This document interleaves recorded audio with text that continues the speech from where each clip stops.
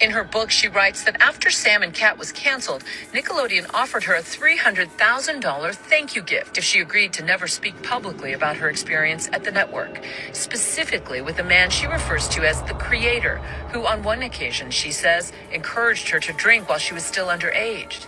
He'll call people idiots, buffoons, stupid, dumb. I am being 100% honest. He just was a tough boss. It's crazy to think that just a couple of months ago, Josh Peck had nothing but praise for Jeanette McCurdy upon the release of her vulnerable memoir, to now publicly bashing her on a podcast and subtly even defending Dan Schneider, the former producer of Nickelodeon, who a lot of people believe Jeanette is referring to in her book. I'm sure by now you've all seen the number of videos and allegations that have come out about Dan Schneider over these last few years, and honestly, it's bizarre. From allegations of hostile work conditions to content in his shows, as well as some other pretty disgusting stuff. It's all just insane to think about, let alone having to actually have to go through this. And people have been questioning why this man hasn't been in jail yet, why he hasn't faced the repercussions for everything that has come out about him, especially after Alexa Nicholas, who was a big part of Nickelodeon, recently spoke out and had this to say as well. Whenever I had wardrobe fittings, he always had to be in them.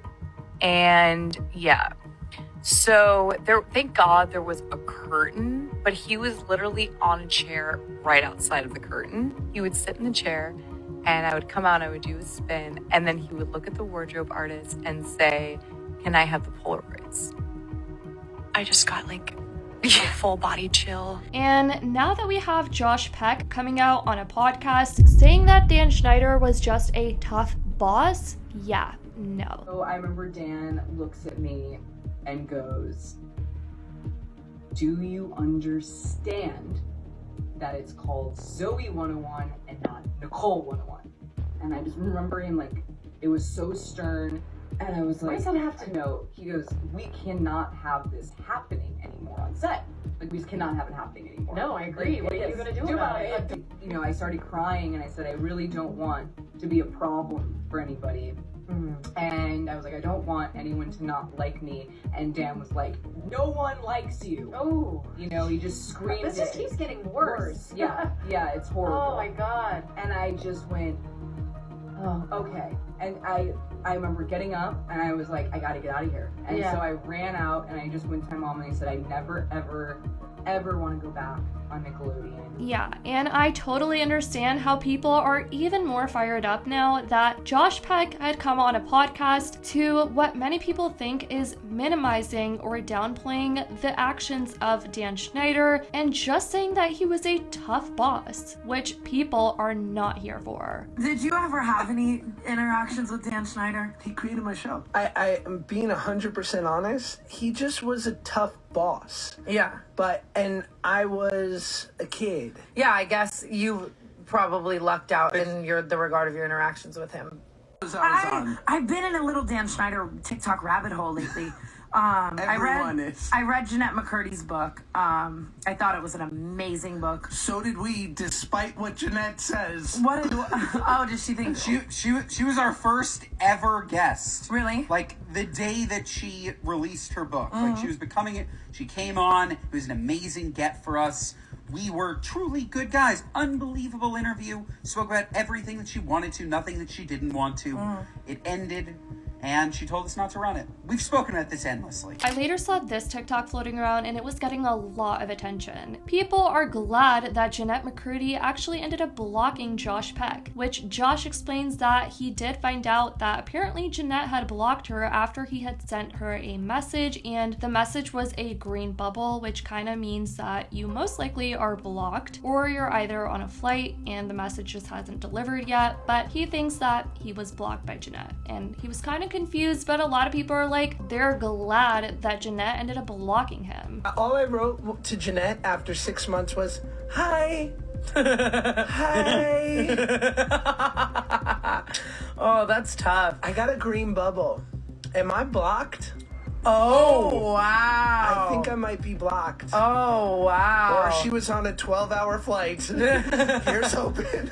And that's what I tell myself to sleep at night with a lot of people. Especially after it seems like he is defending Dan Schneider after everything that not only former actresses have spoken out about, but also what a lot of people think is who Jeanette is also speaking out about in her book. I just said, no, it's not happening. That sounds like hush money to me. Not doing it, not taking it. And then I do remember leaning against, I think I talk about this in the book, but I lean against my bed and I'm like, oh shoot, that could have put my nieces to college. Like, that was some good money.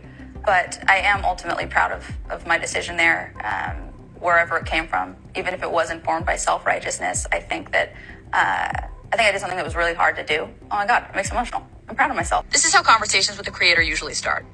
He'll heap the compliments on while undercutting other talent that he works with. I feel like the creator has two distinct sides. One is generous and over-the-top complimentary. He can make anyone feel like the most important person in the world. The other side is mean-spirited, controlling, and terrifying. The creator can tear you down and humiliate you. I've seen him do this when he fired a 6-year-old on the spot for messing up a few lines on a rehearsal day.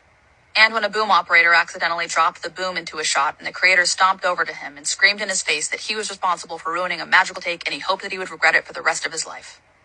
I've seen the creator make grown men and women cry with his insults and degradation. He'll call people idiots, buffoons, stupid, dumb, sloppy, careless, retarded, and spineless. The creator knows how to make someone feel worthless.